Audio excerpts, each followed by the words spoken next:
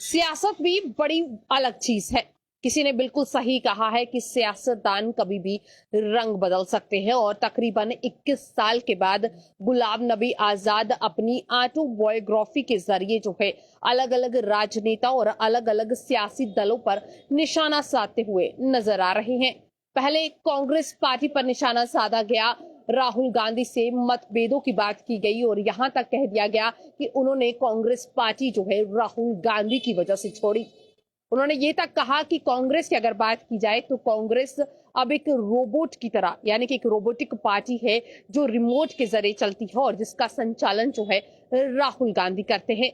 और वहीं अब 21 साल के बाद जो है एक बड़ा खुलासा कह सकते हैं या कह सकते हैं कि एक बार फिर निशाना जो है वो साधा गया है पीडीपी पर। यानी कि अगर बात की जाए तो पीडीपी के पूर्व प्रमुख जो है मुफ्ती मोहम्मद सईद, उनके ऊपर ये निशाना साधा गया है। अब इसके जवाब में पीडीपी क्या रिएक्शन देगी वो तो वक्त बताएगा, परंतु अगर बात की जाए तो गुलाम नबी आजाद ने अपने ऑटोबायोग्राफी में कहा है कि उनकी सिंपलिसिटी का फायदा उठाया गया 2002 में। जी हाँ, जब 2002 के इलेक्शंस हुए तो उन्होंने कहा कि वे सीएम बनने वाले थे, परंतु मुफ्ती मोहम्मद सईद ने चालाकी दिखाई, उनकी सिंपलिसिटी का फायदा उठाया, उनकी सादगी का फायदा उठाया और उनसे वो कुर्सी छीन ली गई।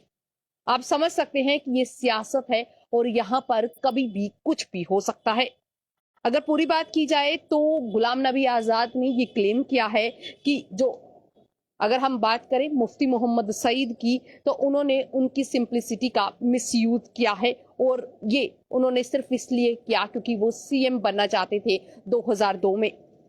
इस तरीके से लगातार जो है इस ऑटोबायोग्राफी के जरिए कई अलग अलग तरीके से तंज कसने का प्रयास जारी है, जिसमें पहले कांग्रेस की शामत आई थी तो वहीं अब पीडीपी की शामत आती हुई नजर आ रही है।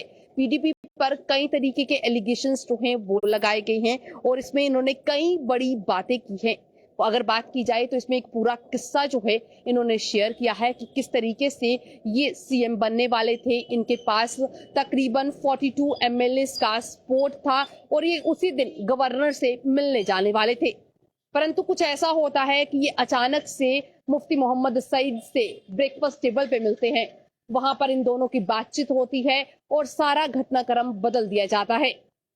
अगर बात की जाए 2002 के इलेक्शंस की, तकरीबन अब 21 साल बीत गए हैं। 21 साल के बाद जो है एक इतना बड़ा खुलासा किया जा रहा है, वो भी जम्मू कश्मीर के पूर्व सीएम रह चुके व्यक्ति के तरफ से और साथ ही साथ एमपी भी रहे हैं। उन्होंने ये तक बताया कि अगर बात की जाए तो इस पर उन्होंने अपने आला कमान से जो है बातचीत भी कर ली थी। आला कमान की तरफ से भी उन्हें पूरा सपोर्ट मिल रहा था, परंतु पीडीपी के प्रमुख जो उस समय के प्रमुख थे लेट मुफ्ती मोहम्मद सईद, उन्होंने काफी चालाकी दिखाई और गुलाम नबी आजाद की सिंपलिसिटी का फायदा भी उठाया। अगर हम बात करें 2002 के इलेक्शंस की तो नेशनल कॉन्फ्रेंस ने 28 सीटें जीती थी, वहीं कांग्रेस के पास 20 सीटें थी, तो पीपल्स डेमोक्रेटिक पार्टी यानी कि पीडीपी के पास 16 सीटें थी।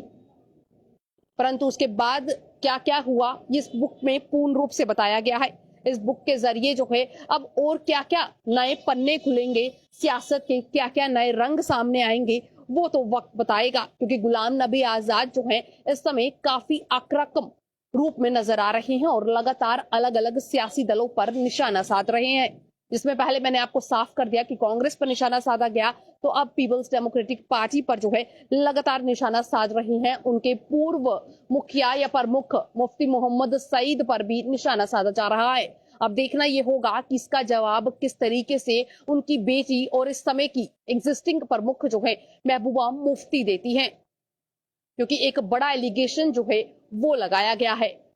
आप सबकी क्या राय है इस पर जरूर साझा कीजिएगा। जुड़े रहें दी अर्थ न्यूज के साथ बाकी अपडेट्स के लिए।